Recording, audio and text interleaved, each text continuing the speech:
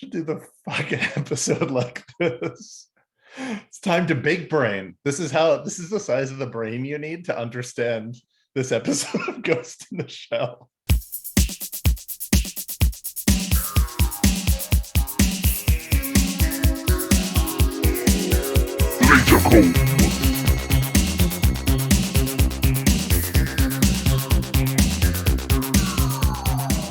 Section 9. Welcome to episode 26 of the Laser Comb Podcast, the weekly show where we comb through random episodes of classic TV shows with a fine-tooth laser.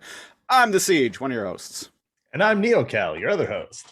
And this week on the Laser Comb Podcast, we are rounding out, finally finishing our anime-themed month that has actually stretched out into 2 months, but still has only been 4 episodes. Yeah. Funny how that worked out. This week we're talking about episode 41.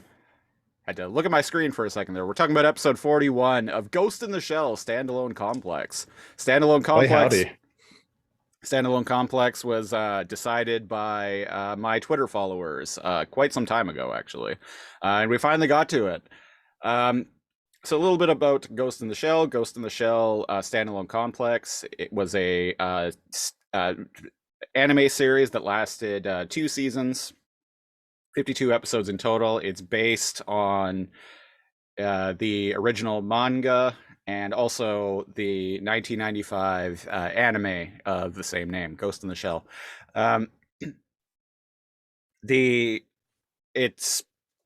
It kind of is like one of the quintessential examples of like 90s cyberpunk, in my opinion. Oh, yeah. Yeah. You can't escape it. Yeah. Ghost in the Shell was the peak of 90s cyberpunk.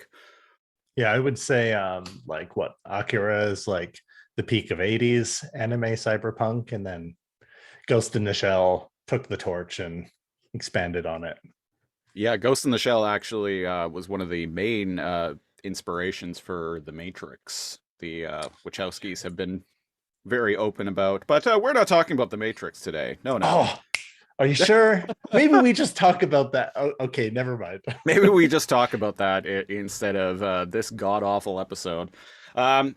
So Ghost in the Shell, like I said, 90s cyberpunk. It tells the story of cyborg cops, basically working at Newport City's military police force, Section 9. They handle cyber crimes, basically. The most dangerous of crimes. The most dangerous of crimes committed by the most dangerous game of all, robots.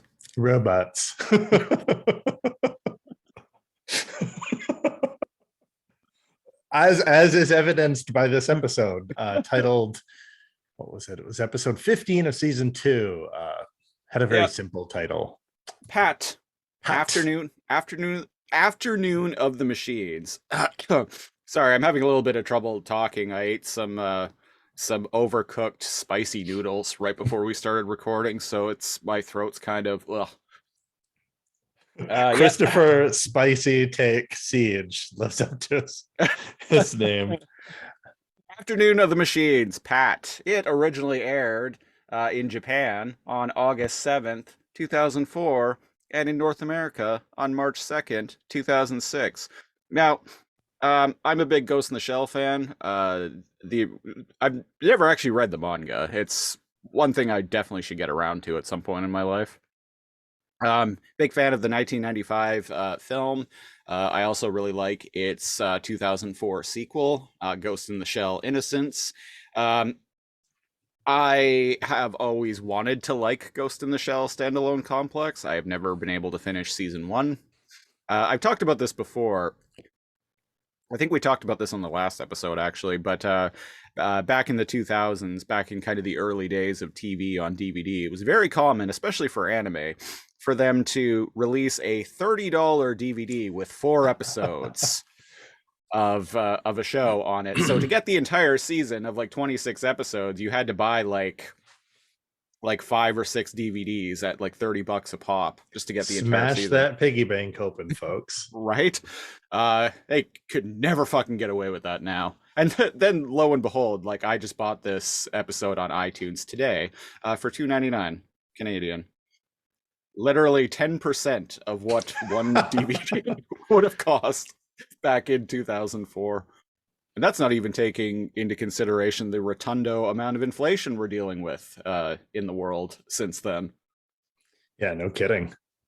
And if you want to hear us complain about that sort of thing, Patreon is the place to do that. You do. Trust me, you do.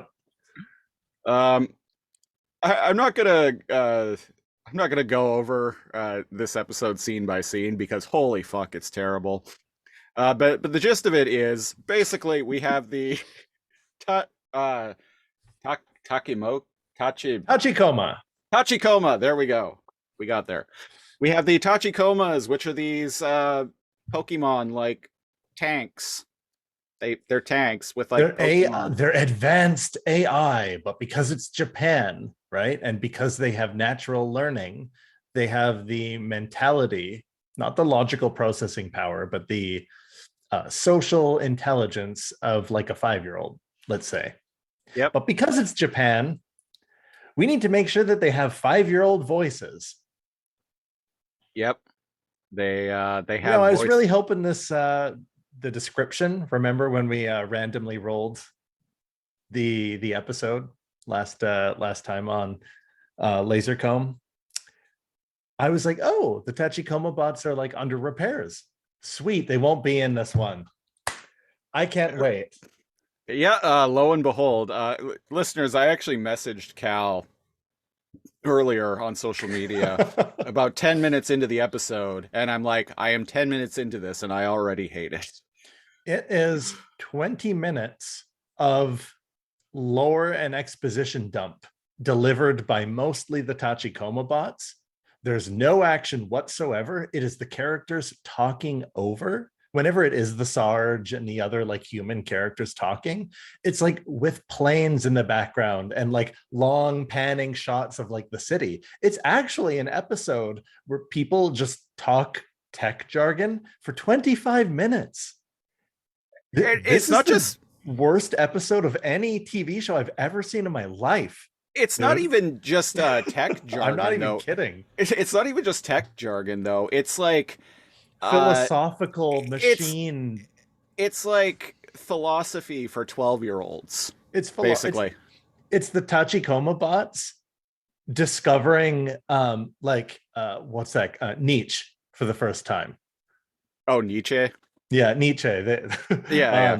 Nietzsche and Confucius and nihilism for the first time. And it's them also going back and forth, speaking really quickly. And also like talking about like discovering like a third sensation where they're literally like fucking each other with cables. They're discovering a third sensation, which is supposed to be the equivalent of an out-of-body sensation, whether you call it spirituality, whether you call it technological uplifting, where they become something greater than themselves.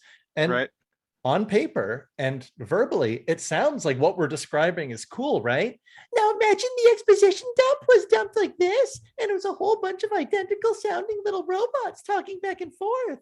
And they pick up a book, Gaia, and they're like, oh, the themes represented by the human that wrote this is blah, blah, blah. Not only that, it's really simple. We have to talk like this. And the other book, funny enough, was by Richard Dawkins, whom I've actually read one of his books before. And yeah, when they're talking about Babby's first philosophy. I don't want to gloss over the fact though that this like third sensation that they share with one another is achieved by one of them taking a cable with a plug on the end and shoving it into the other one, and then the other one and then the other one like basically having an orgasm right away and being like, oh, that's what it was like. So they can instantly share data and experiences with each other by fucking each other with cables. Yeah. Oh, but make sure that the voice actors who are pretending to be 5-year-olds, by the way, like have realistic sounding like orgasms. What? I Weird. I'm sorry, It's Japan. weird, man. Like the whole show would be better if these Tachikoma bots had such a less presence in the Uh-huh. series. They were one of the reasons why I could never get into this series. Same. Uh, and they They're are not insufferable, man. they are insufferable. And in the movies, they are not a presence. The design of these tanks are featured in both movies. I like the designs. They don't talk in the I movies. like the concept, right? The idea of an AI like learning, like on paper, I'm like, I love all of this. Hmm. But fuck, man, boy, did they screw that up. I I don't like it. This is No, actually the we could have watched a random episode of R.L. Stine presents Goosebumps, right. which was not good. It's nostalgic, but it's not great. I take never off actually your watched it back in the take day. off your nostalgia rose tinted glasses for that one, but it wasn't great, but it was entertaining. It was low Right. budget. It was like whatever. What's a worse show? I can't even think of anything, man. Like I would actually enjoy reviewing Teletubbies better than what this episode was. It was actually 25 minutes of barely animated, like just rapid fire, spitfire. And by the way, all the Tachikoma bots sound identical Yeah. of them talking to each other. And then the plot in the background is that, ooh, they found the original AI designer. He's trying to leave the country. Bad man, it's time for you to go to jail for life because like you actually hid, what's the big revelation? They rip open one of their brain cases and they're like, oh, you don't have any RAM. The slots where you put the RAM in, it's empty. And they all freak out because they're like, if we only had a brain, it's in a satellite. Yeah. Woo, that's the big reveal. Woo, their AI Yeah, system and is they a satellite. and also like he invented these really advanced AIs and um wasn't given any credit for it basically, and eventually he had the project taken away from him, and he was kind of rightfully, in my opinion, pissed off about that. So he basically hid like a he basically hid like a portion of himself in all of their like shared Their consciousness. original AI consciousness. And so he did Because that to the kind of way they come up with this is they go, oh, he seems really familiar, but I don't know how. yeah. And so Like he you've did seen someone's face before, right? So they kind of right. recognized him. Right. And so he did that because he basically just wanted to leave like a piece of himself in he just wanted to basically like he was an artist like leaving his signature on his work. Have Um you ever heard of the Atari game called Adventure? oh yeah. So you know how little the programmers were paid for Atari and a lot of games back then, right? And it was usually one dude that made them. Yeah.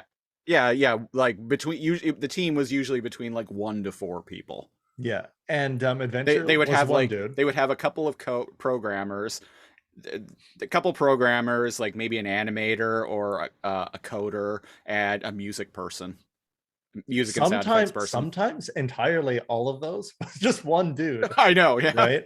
And he was barely paid and overworked and not no credits, no credit given like anywhere, right? And with Adventure, people may be familiar with Adventure. It's the one where the dragons look like ducks. When the dragons come and eat you, your square that is the player just kind of goes into their belly and you can't move and you need to hard reset. Right. But there was an Easter egg, the first Easter egg in any video game that he had left by taking the wrong key to a different castle or something like that. And it said like created by, I can't recall his name right now. And he dropped that in there. Cool. And the game had come out and it was released. And it's like, it was approved. And I can't remember if they tried to like sue him or if they just dropped it or whatever, but it was like a big deal at the time. Right. And so I get vibes like that. You know, he just like kind of Right. hid somewhere and then it's just like, hey, you know, like I put in like a little bit of myself in their personality. I have a secret folder called like you know, called like fuck the man. And it has my values in that like a hidden admin only Uh, folder. fuck the police. .ini. Fuck, fuck the police. .wav. And it plays at the I'm coming straight out of Compton. and so what happens here? They arrest this guy to put him like make him disappear. Yeah, because he was trying to leave the country and go work and go take his expertise elsewhere. And I'm like, In this his isn't own the bad guy. in his own words, like he wants to like go and work for another country where his efforts will be appreciated and I'm with this recognized. guy. I'm totally with this guy. And they arrest him and take him away, and they're like, oh, he's probably going to spend the rest of his life in prison for this. And I'm like, what did he even do? That was so wrong. Maybe it's because I was like bored out of my freaking skull with the episode, but I don't understand. Was what he did illegal?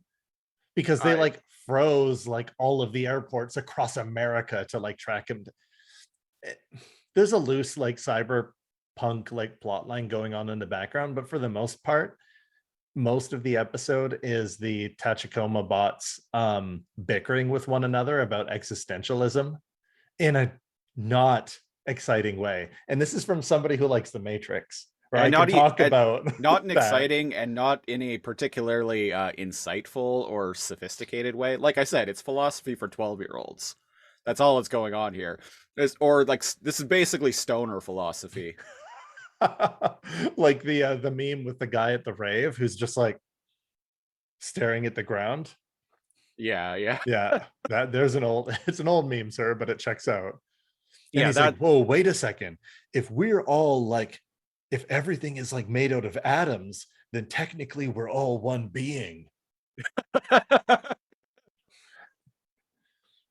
And what was disappointing for this episode, if one of us experiences something and we share data back and forth, does that mean we're all experiencing it? Are we still retaining levels of individualism? How can that be possible if we all come from the same basic AI design? And I'm like, Jesus and Christ. then one of the engineers slash repairmen like pipes up and it's like, oh, well, all of your recorded experiences are stored on individual blah blah blah. So it could be that the different aspects of all of your emerging personalities, maybe because of the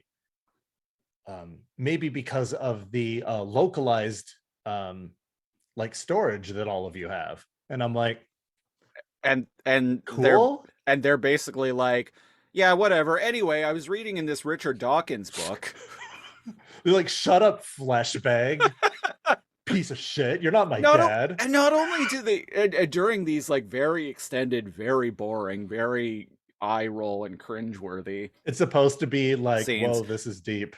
it's supposed to be, whoa, this is deep, and it isn't deep at all. And it, like you mentioned, it's being delivered by these tank bots that all have very annoying childlike voices, and they're all like bouncing up and down in that like Power Rangers bobblehead kind of way, so you know which Because one's that's how you talking. animate, because they don't have facial expressions. They're just these Yeah, spider bots. They move their hands and they do this, and but they recycle that animation and over. they But the thing they is, they bob. all look the same They all look though. the same, and they're all like just bobbing up the fronts of their bodies up and down as they're talking. Why does it matter which one is speaking? They all look and sound the And same because they're speaking so quickly, their bodies are bobbing up and down like so fast. Like while it they're was holding a book and like waving it in the air. And I'm like, like it was giving me like total like sensory overload to the point like I was getting so frustrated watching and listening to it.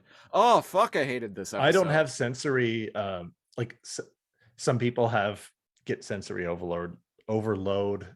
There's a good villain Uh, name, sensory overlord. uh, I can. It's rare and it takes a lot, but this watching the first 10 minutes of this episode, it did it for me. Let me tell you. I, this is I can get overwhelmed too when I have a lot of things going on around me. A lot of like different things that aren't really connected to one another going on around me can kind of make my brain just melt. Um, but so yeah, that's there you have it. This made Christopher Siege's brain melt. And because it not was in just like a cool way, because it was man. just it's just so deep, man. It was just so deep. Like, you ever just, take a hoot and think about things? What Like, whoa, man. Whoa. what is planted in simplicity? Let's grow in simplicity. Sorry, that's a throwback to another fucking stoner philosophy show that we do. Yeah, Too that's much energon. yeah, too much energy, John. That's a joke from that podcast. Anyway, speaking of podcasts, I don't really need to talk about this anymore. I don't think. It's not Um, even fun to rip on in like a fun way, like we no. do with Beast Machines. This is like, and like the good part of the episode when they're like, "Hey, we meet our dad finally." He's going to like life in prison.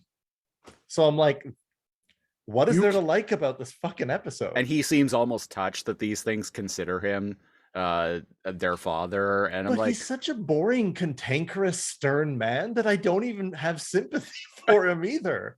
I There's almost a hint of humanity in this freaking episode, and it's towards like the completely robotic, like unfeeling, uncaring. And then he puts his hand on a Tachikoma bot's like little like grasping limb for like a moment and looks at him, and there's almost like a smile or like some level of pride in it. And then the episode's over, and I'm like, all right, cool.